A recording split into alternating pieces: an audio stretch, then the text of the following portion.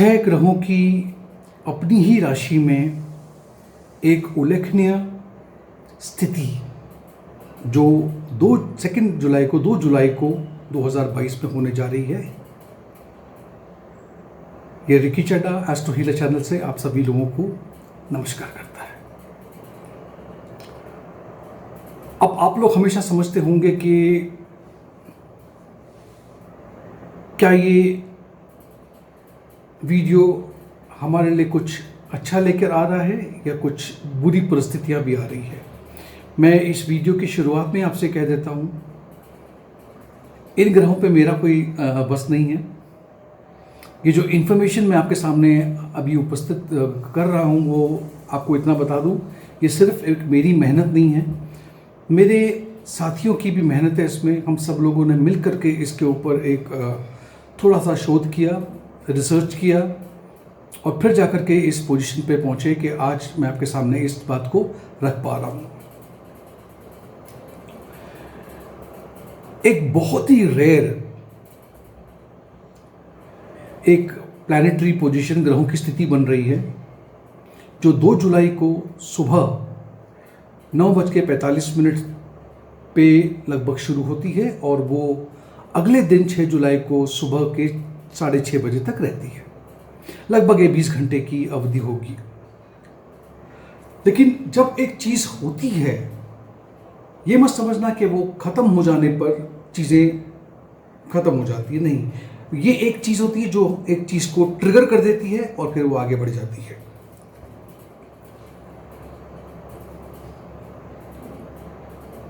अभी ग्रहों की जो पोजीशन है और जो 2 जुलाई को ग्रहों की पोजीशन होगी, कुछ इसके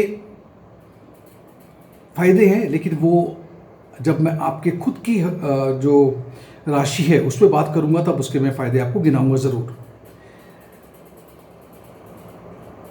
ये जब हमने पता लगाया तो ये पता पड़ा कि शायद मेरे ख्याल से 300 या 400 साल पहले ऐसी एक परिस्थिति बन के आई थी, ऐसी ग्रहों की स्थिति बन के आई थी और उसके बाद में देखी नहीं गई है एग्जैक्टली जो होने जा रहा है। मैंने डिस्क्रिप्शन में जो मेरा जो थंबनेल है उसमें मैंने एक चार्ट रखा है। वो चार्ट उसी दिन का है, 2 जुलाई का। आप उसमें देखिएगा, आपको कुंभ राशि से लेकर के कर्क राशि तक एक ही श्रृंखला में सभी ग्रह अपने अपने घर में बैठे हैं। जैसे कि शनिदेव अपने घर में कुंभ में बैठे हैं, मीन राशि में गुरु बैठे हैं, अपनी ही राशि में हैं, मंगल अपनी ही राशि में है लेकिन साथ में राहु भी है, वृषभ राशि में शुक्र बैठे हैं, अपनी ही राशि में है। फिर बात करते हैं मिथुन राशि की, वहां पर बुध बैठे हैं अपनी राशि में, और फिर चंद्रमा अपनी ही राशि कर्क राशि में है। ये एक जो समावेश बना है अद्भुत है। यहाँ पर आपको ये भी ध्यान रखना होगा कि शनिदेव वक्री रहेंगे और उनकी दृष्टि, तीसरी जो दृष्टि है उनकी, वो पड़ रही है मंगल पर और राहु पर। मंगल राहु के बारे में मैं आपसे क्या कहूँ, जब भी एक साथ में आते हैं, जबकि पूरा क्लोज कंजंक्शन नहीं है उस दिन, लेकिन शनिदेव की दृष्टि उस राशि पे पड़ना अपने आप में कुछ तो बात करता है। अब अगर आप मुझसे सही में पूछना चाहते हो और मैं सही में बताना चाहता हूं तो मैं आपको बता सकता हूं कि ये अपने आप में, इसको हम बोलते हैं मंडेन एस्ट्रोलॉजी, यानी कि पूरी दुनिया के बारे में अगर बात की जाए, मैं किसी एक देश के बारे में, किसी एक व्यक्ति के बारे में मैं ये बात नहीं कर रहा। ये ग्रहों की जो पोजीशंस है ये बताती है कि इसका जो परिणाम होगा वो ऐसा हो सकता है कि विश्व में कहीं भी या हर जगह, या मुझे पता नहीं है, लेकिन जिसे हम वायरस कहते हैं वो फिर से बहुत ज़बरदस्त तरीके से, उसको हम कहते हैं आउटब्रेक ऑफ वायरस होने की संभावना है। ये सिर्फ संभावना है, क्योंकि फिर आप लोग कमेंट डालना शुरू करोगे कि अरे ये तो ऐसा हुआ नहीं, और फिर यहाँ पे क्यों नहीं हुआ। हमें ये देखना है कि कहाँ कहाँ पे ये हो सकता है। मैं कभी भी किसी देश विद का नाम नहीं ले रहा था। जो बहुत नामचीन लोग हैं, नामचीन, आप कुछ भी कहिए,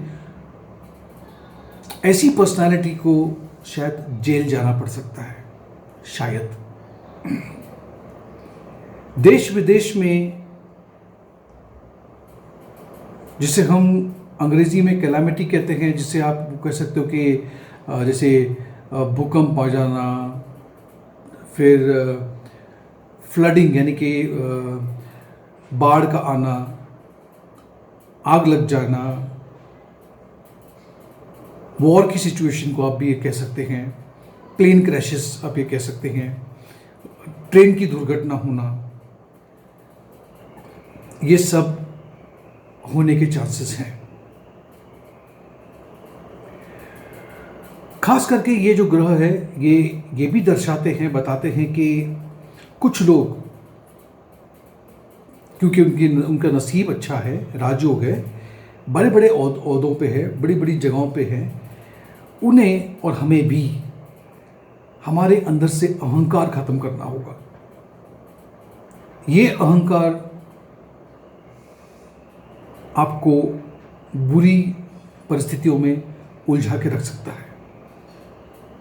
जल्दबाजी में किया हुआ कोई भी फैसला आपके लिए बहुत ही घातक साबित हो सकता है।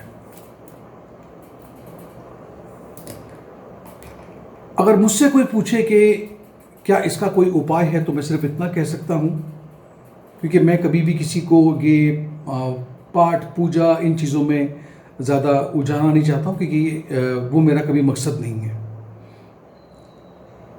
क्योंकि मैं मानता हूं कि मन से की गई पूजा या अपने आप से किया हुआ कोई भी उपाय आप ही पे काम आता है। उसके लिए आपको किसी और के द्वारा ये काम करने की आवश्यकता नहीं है। तो आप इन ग्रहों के सामने अगर समर्पित होते हो और उनकी आराधना करते हो, सूर्य देव से लेकर के केतु तक सबकी आराधना करते हो, और आराधना करने का मतलब नहीं कि मैं बोल रहा हूँ कि कोई माला लेकर के जप करने बैठ जाओ। बहुत सिंपल सी चीज़ें हैं, और उनको सिर्फ आपने याद भी कर लिया उनके नाम से तो भी बहुत है। ये आपको आपकी राशि के लिए वो फिर अच्छा परिणाम दे सकता है।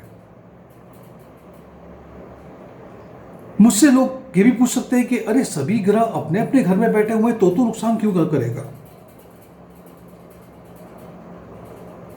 देखिए, आपको पता होगा 2020-21 जो गए, इसमें मैंने वीडियो बनाया है, बहुत से लोगों ने वीडियो बनाया है, जितने भी यूट्यूबर्स हैं उन्होंने वीडियो बनाया है, और आपको बताया है कि 4 ग्रहों की युति, 5 ग्रहों की युति, 6 ग्रहों की युति, और वो भी एक युति ऐसी थी जो ग्रहण के टाइम पे, सूर्य ग्रहण के टाइम पे लगी थी। ये जो ग्रह आपस में आकर के घड़ी घड़ी मिल रहे थे, अब ये सभी के सभी अपने अपने घरों में चले गए हैं। लेकिन ये ग्रहों को अगर आप ध्यान से देखोगे तो कहीं ना कहीं पे इनमें ये थोड़े से कमज़ोर है। इसी वजह से इसका जो परिणाम है ये इस तरह से हो सकता है। और याद रखिएगा, ग्रहों को जब कुछ अच्छा भी करना होता है तो मैंने ये बात आप लोगों को बहुत बार समझाई है कि अगर हमें कोई चीज़ को बनाना है तो कुछ चीज़ों को पहले बिगाड़ना पड़ता है और फिर उससे हम चीज़ों को बनाते हैं। ग्रह कुछ ऐसे ही करने जा रहे हैं। ये जो एक परिस्थिति बन के आपके सामने आएगी, इसमें आप एक और चीज़ देखोगे, और मैं ये भी नहीं कहता हूँ कि ये किसी एक देश की बात कर रहा हूँ, मैं पूरी दुनिया की बात कर रहा हूँ, कहीं पर भी हो सकता है। लेकिन आप देखोगे इकोनॉमी यानी कि अर्थव्यवस्था पूरी तरह से बुरी हालत में हो जाएगी। वहीं पर बेरोजगारी चरम सीमा या उससे भी आगे निकल जाएगी। 2 चीज़ों से बहुत परेशान रहेंगे हम, बेरोजगारी और अर्थव्यवस्था।